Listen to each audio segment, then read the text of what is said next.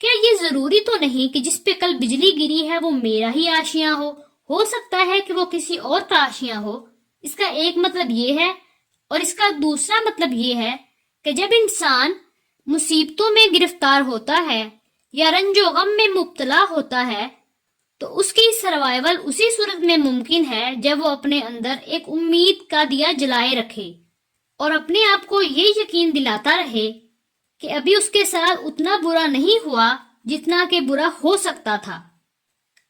اس سے اس کے اندر کی انرجی مزید بڑھے گی اور اس کے اندر مصیبتوں اور مشکلات کا سامنا کرنے کی انرجی اور پاور بنی رہے گی، جس سے وہ موجودہ حالات سے نکلنے میں کامیاب ہو جائے گا۔ یہ تھا اس غزل کا شعر نمبر 5۔ اب بڑھتے ہیں اسی غزل کے شعر نمبر 6 کی طرف۔ غالب کہتے ہیں، غلط ہے جذب دل کا شکوہ، دیکھو جرم کس کا ہے، نہ کھینچو گر تم اپنے کو، کشاکش درمیاں کیوں ہو۔ سب سے پہلے اس کی لغت دیکھ لیتے ہیں۔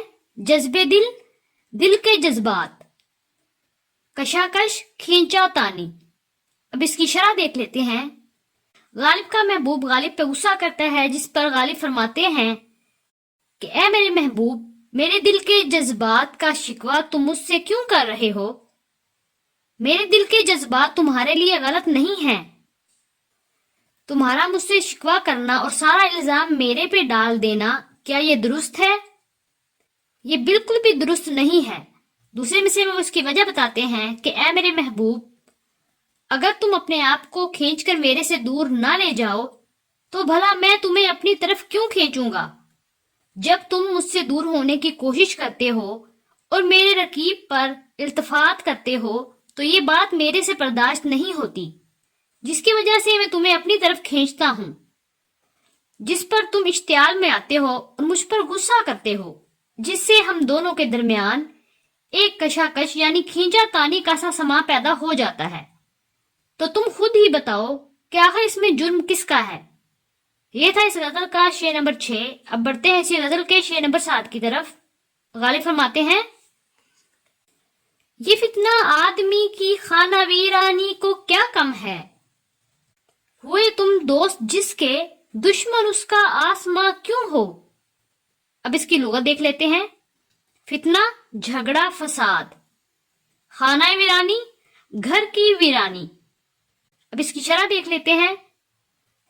اصل میں غالب کے محبوب نے ان کا دل اتنا زیادہ جلا دیا ہے کہ وہ اس شعر میں اپنے محبوب کو تانے تشنے دینے سے باز نہیں آ رہے۔ وہ یہاں تک کہہ اٹھے ہیں کہ اے میرے محبوب، کسی بھی انسان کی ویرانی اور فتنے اور بربادی کے لیے کیا یہ بات کم نہیں کہ تم اس کے دوست ہو جاؤ، اور جس کے تم دوست ہو جاؤ اس کا دشمن آسمان کو ہونے کی کیا ضرورت ہے؟ کیونکہ تم ایک دن یا 2 دن کے لیے کسی سے دوستی اختیار کرو گے اور اس کے بعد اس انسان کو چھوڑ کر کسی اور دوست کی تلاش میں چل پڑو گے، جس پر وہ انسان یہ سمجھے گا کہ شاید اس کی قسمت ہی خراب ہے۔ یہاں پر آسمان سے مراد قسمت ہے۔ تو یہاں پر غالب اپنے محبوب کو مخاطب کرتے ہوئے کہتے ہیں کہ اے میرے محبوب، کسی انسان کی قسمت کی خرابی کے لیے یہ ضروری نہیں کہ کوئی آفت آسمان سے ہی نازل ہو، بلکہ آفت تمہاری صورت میں بھی اس کے گھر کو ویران کرنے کے لیے کافی ہے۔ یہ تھا اس غزل کا شعر نمبر 7۔ اب بڑھتے ہیں اسی غزل کے شعر نمبر 8 کی طرف۔ غالب فرماتے ہیں، یہی ہے آزمانا تو ستانا کس کو کہتے ہیں، عدو کے ہو لیے جب تم تو میرا امتحان کیوں ہو۔ سب سے پہلے اس کی لغت دیکھ لیتے ہیں۔ عدو کا مطلب ہے دشمن رقیب، اور رقیب کا مطلب ہے محبوب کا ہی دوسرا عاشق۔ اب اس کی شرح دیکھ لیتے ہیں۔